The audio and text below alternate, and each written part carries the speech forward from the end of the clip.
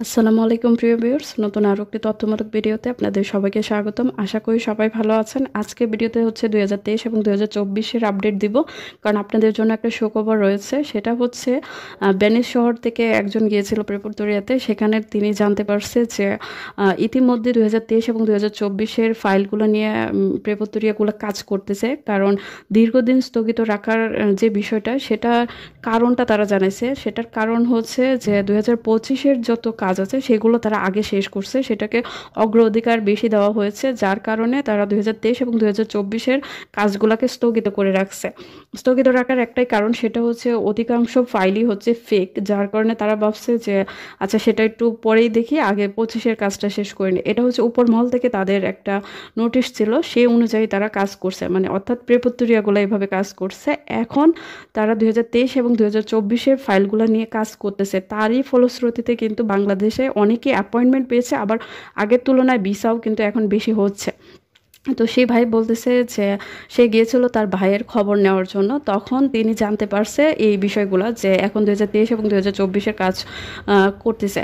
তো আশা করা যাচ্ছে যে সামনের দিনগুলোতে আরও বেশি পরিমাণে অ্যাপয়েন্টমেন্ট এবং ভিসা দেওয়ার সম্ভাবনা রয়েছে, এবং খুব শীঘ্রই ভুক্তভোগীদের একটা সমাধান দেওয়ার চেষ্টায় রয়েছে ইতালির সরকার। এখানে অনেকেই ধারণা করতেছে, বা তিনি নিজেও আমাকে বলছে, সেই ভাই নিজেও আমাকে বলছে যে এখানে কি ডক্টর ইউনূস স্যারের হাত আছে কিনা, কারণ কিছুদিন আগেই তো একটা মানববন্ধন হয়েছে।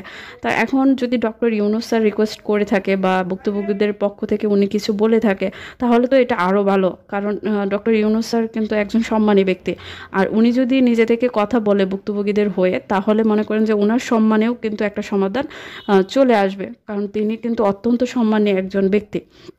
তো আমরা হচ্ছে সমাধান পাওয়াটাই হচ্ছে কথা। এখন ইতালি সরকার নিজে থেকে দিলেও ভালো, আবার ডক্টর ইউনূস স্যার যদি আমাদের হয়ে চেষ্টা করে, সেটা হলেও ভালো। সবথেকে গুরুত্বপূর্ণ বিষয় যেটা, সেটা হচ্ছে সামনের দিনগুলোতে কিন্তু কৃষিকাজের চাহিদা রয়েছে প্রচুর, কারণ সামনে তো গ্রীষ্মকাল আসতেছে। তো অনেক মালিকদের হাতে কিন্তু শ্রমিক নেই, তারা স্টিল বসে আছে যে কবে তারা শ্রমিকগুলো হাতে পাবে, কারণ তারা কিন্তু হচ্ছে একদম শ্রমিক নেওয়ার মতো ক্ষমতা রাখে। তো সেই সব মালিকদেরকে যেন দ্রুত সময়ের ভিতরে শ্রমিকগুলাকে হাতে তুলে দিতে পারে, সেই অনুযায়ী কিন্তু প্রেপোর্টোরিয়াগুলো কাজ করতেছে। বলতেছে যে এখনও মালিকরা শ্রমিকের জন্য অপেক্ষমান, আর তাদেরকে খুব দ্রুত সময়ের ভিতরে শ্রমিক দিতে হবে, না হলে কিন্তু কৃষিকাজের একটা ঘাটতি থেকে যাবে। তো আপনারা যারা ইটালি সম্পর্কে আইডিয়া আছে, তারা তো জানেন যে ইটালি হচ্ছে একটা কৃষি প্রধান দেশ, সেখানে কৃষিকাজটাকে খুব বেশি পরিমাণে গুরুত্ব দেওয়া হয়। আপনারা হয়তো অনেকের কাছ থেকে জেনে থাকবেন 100%-এর মধ্যে 80% শ্রমিকই যায় হচ্ছে কৃষিকাজের জন্য বিভিন্ন দেশ থেকে। তো এই কৃষিকাজটার উপরে কিন্তু হচ্ছে ইটালি নির্ভরশীল। তাদের অন্য সেক্টরেও কিন্তু শ্রমিক লাগে, কিন্তু কৃষিকাজের জন্য বেশি পরিমাণে শ্রমিক তারা হায়ার করে বাহিরের দেশগুলো থেকে। তো তারই প্রেক্ষাপটে হচ্ছে এখন 2023 এবং 2024-এর শ্রমিকগুলোকে মালিকদের হাতে তুলে দেওয়ার কাজ চলতেছে প্রেপোর্টোরিয়াতে। আশা করা যাচ্ছে সামনের দিনগুলোতে আরও ভালো পরিমাণে ভিসা পাওয়ার সম্ভাবনা রয়েছে। যারা স্ক্যান কপি জমা দিয়েছেন তাদের তো নল্লস তো অরিজিনাল, শুধু যদি মালিকের কনফার্মেশন মিলে যায়, বা মালিক খুঁজে পাওয়া যায়, বা মালিক আপনাকে নেওয়ার ক্ষমতা রাখে, তাহলে আপনারা ভিসা পেয়ে যাবেন। এখন যেটা হচ্ছে ওই ভাই আমাকে বলছে, সেটা হচ্ছে যে আমি যেন আপনাদেরকে বলি যে আপনারা প্রতিদিন রাতে একবার করে হলেও যে আপনাদের যে গুগল ট্র্যাকিং করে মেসেজটা দেখেন, সেটা যেন চেক করেন, কারণ এখন বেশি পরিমাণে ভিসা দেবে। এখন আপনাদের অনেকেরই হচ্ছে মেসেজটা চেঞ্জ হতে পারে, হয়তো বিএফএস গ্লোবাল থেকে ফোন অথবা ইমেল আসতে দেরি হয়ে যায়, কিন্তু মেসেজটা কিন্তু ওয়েবসাইটের মাধ্যমে অটোমেটিকলি হচ্ছে চেঞ্জ হয়ে যায় যদি আপনাকে ভিসা দেওয়ার হয়। তো আপনাদের অবশ্যই বলবো, আপনারা প্রতিদিন রাতে একবার করে হলো আপনাদের মেসেজটা চেক করবেন।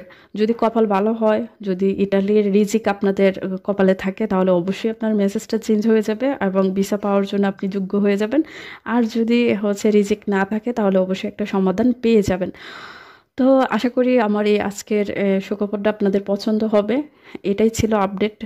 আর আমিও ছোট ব্লগার, আমি তো মহিলা মানুষ হিসাবে হয়তো অনেকে আমাকে সাবস্ক্রাইব করে না, তবে আমার কোনো আপত্তি নেই। যেসব সাবস্ক্রাইবার আমার আছে তারা অত্যন্ত ভালো মানুষ, তারা সবসময় আমাকে সাপোর্ট করে। প্রত্যেকের কাছে আমি কৃতজ্ঞ যে আমাকে এভাবে সাপোর্ট করার জন্য। ধন্যবাদ সবাইকে।